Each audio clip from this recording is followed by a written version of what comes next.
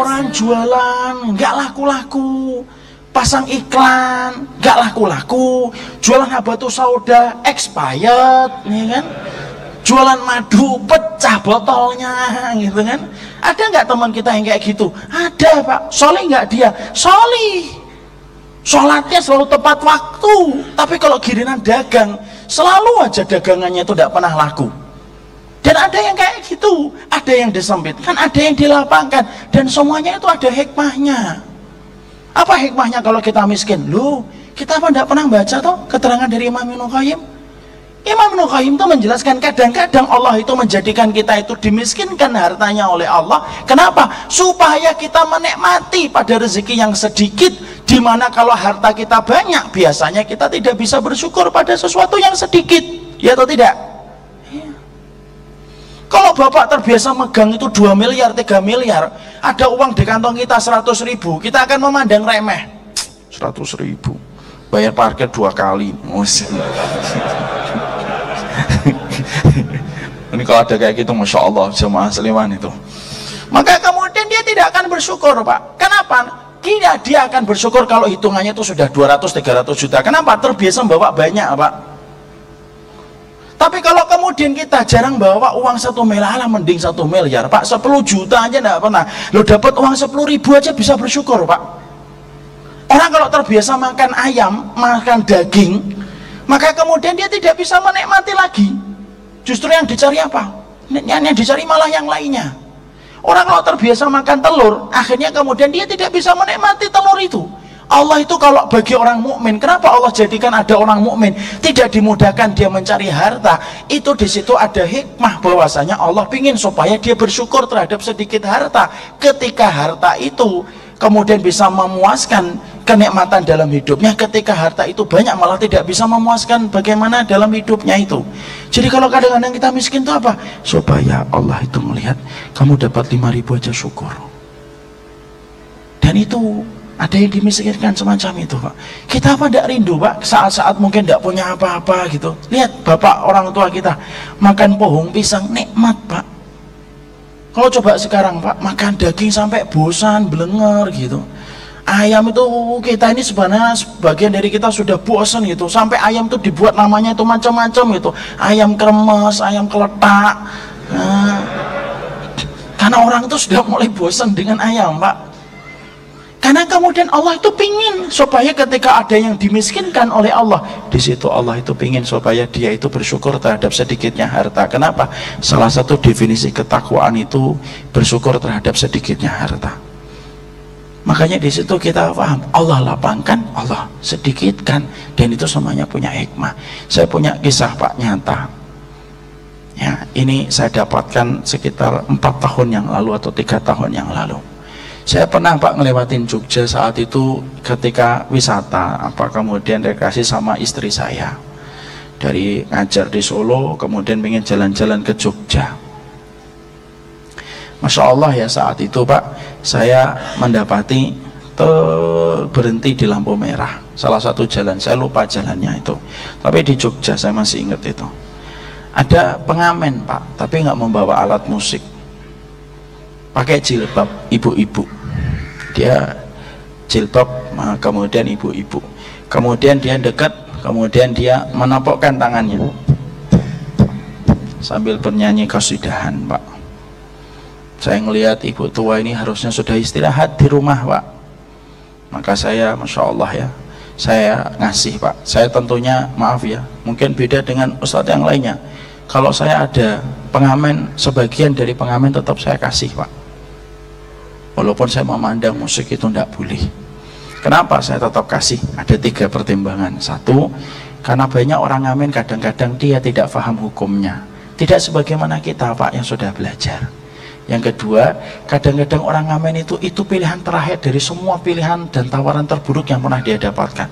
Pernah diajak begal, pernah diajak nyopet, pernah diajak kemudian dia melacur, tapi ditinggal semua. Pilihan yang terakhir itu bisa jadi cuma ngamen. Yang ketiga, kita ngasih, Pak, supaya berkah untuk dia dan menjadi sebab hidayah bagi dia di masa mendatang. Ya, itu untuk pribadi saya. Makanya nanti jangan kaget kalau ada pengamen saya kasih, itu pertimbangan saya di situ. Saya lihat ibu itu kemudian ngamen, kemudian ya saya ambilkan. Maaf ya, saya cerita nominalnya Pak, bukan cerita untuk memperlihatkan kuantitas harta yang saya bagi, enggak, ini untuk ngambil faedah. Saya kasih 10.000 Pak, 10.000 4 tahun lalu. Dolar masih berapa Ustadz? Dolar masih 7 ribuan 4 tahun 5 tahun lalu. Maka ketika saya kasih itu 10.000 Pak, itu dijumput sama ibu tersebut, diambil, dia ngomong, Pak kebanyakan. Oh enggak Bu, itu pas Bu, enggak ibu aja. Pak ini kebanyakan Pak. Enggak ibu, boten cekap insyaallah. Pak niki kula boten gadah susu. Loh demi Allah lah saya boten gadah susu. Enggak apa-apa ibu, ambil aja. Ya Allah Pak niki boten napa-napa. Boten ibu. Saya tuh Masya Allah ya, hanya dikasih 10.000 sampai berulang-ulang dan menegaskan benar atau enggak. Saat itu saya pengen turun Pak, tapi saya lampu merah ganti lampu hijau Pak, harus jalan Pak. Jalan saya, kemudian di spion itu sempat saya lihat ibu itu Pak jalan melipir, dicium uang 10.000 itu. Jangan tanya ya hukumnya nyium uang ya, bukan itu pertanyaannya. Nanti ada yang nanya gimana hukumnya cium uang, enggak itu.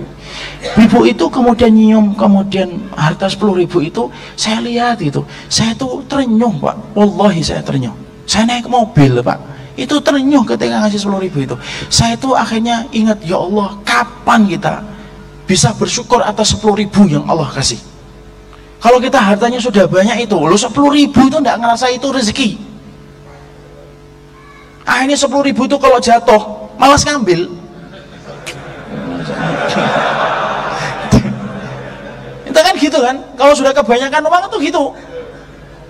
Dia 10.000 akhi, antum bisa bayangkan dicium itu kemudian uang tersebut pulang. Dan saya bayangkan nanti ketika dia pulang, mungkin dia akan ngomong, saya dapat 10.000. Kemudian mata anaknya berbinar, alhamdulillah ya Bu, ayo kita beli beras. Kemudian makan itu, kemudian nikmat 10.000 Pak.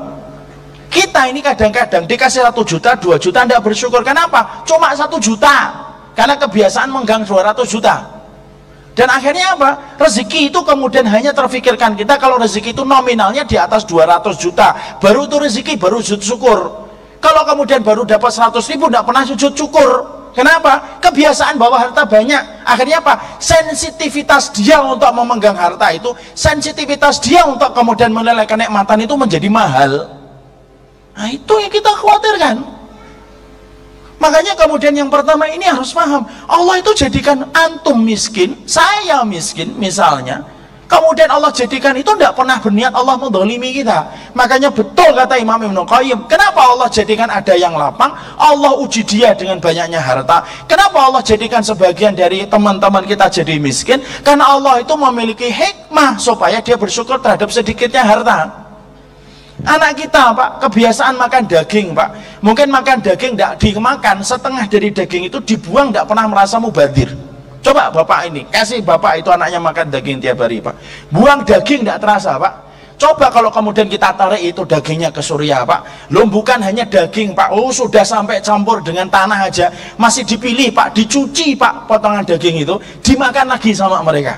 Kenapa? Saking susahnya mereka mendapatkan daging. Lo mana yang lebih bahagia? Orang yang punya banyak harta tapi susah bersyukur dan susah sensitif terhadap nikmat yang Allah berikan, atau yang lebih bahagia Pak yang sedikit harta tapi dapat 10.000 dia bisa bersyukur, dicium uang itu, pulang ke rumah dalam kondisi kemudian menangis, sujud syukur kepada Allah, anaknya nangis ketika ibunya dapat 10.000. Kapan kita bisa merasakan 10.000 itu nikmat yang datang dari Allah Pak?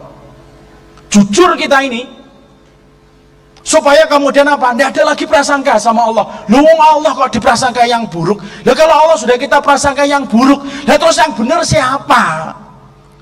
Jadi Allah itu jadikan lapang ada hikmahnya, Allah jadikan miskin itu pun ada hikmahnya. Dan itulah yang menjadikan kita harus ngerti takarannya balik sama Allah Pak, bukan sama kita.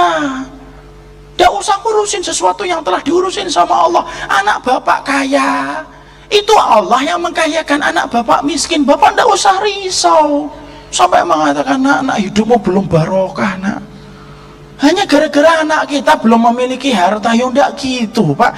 Jangan mengambil tugas yang telah ditetapkan oleh Allah, karena itu yang sesuatu yang telah ditetapkan oleh Allah dalam kehidupan. Ustadz ngegas banget. Enggak, santai, balik lagi Pak, santai.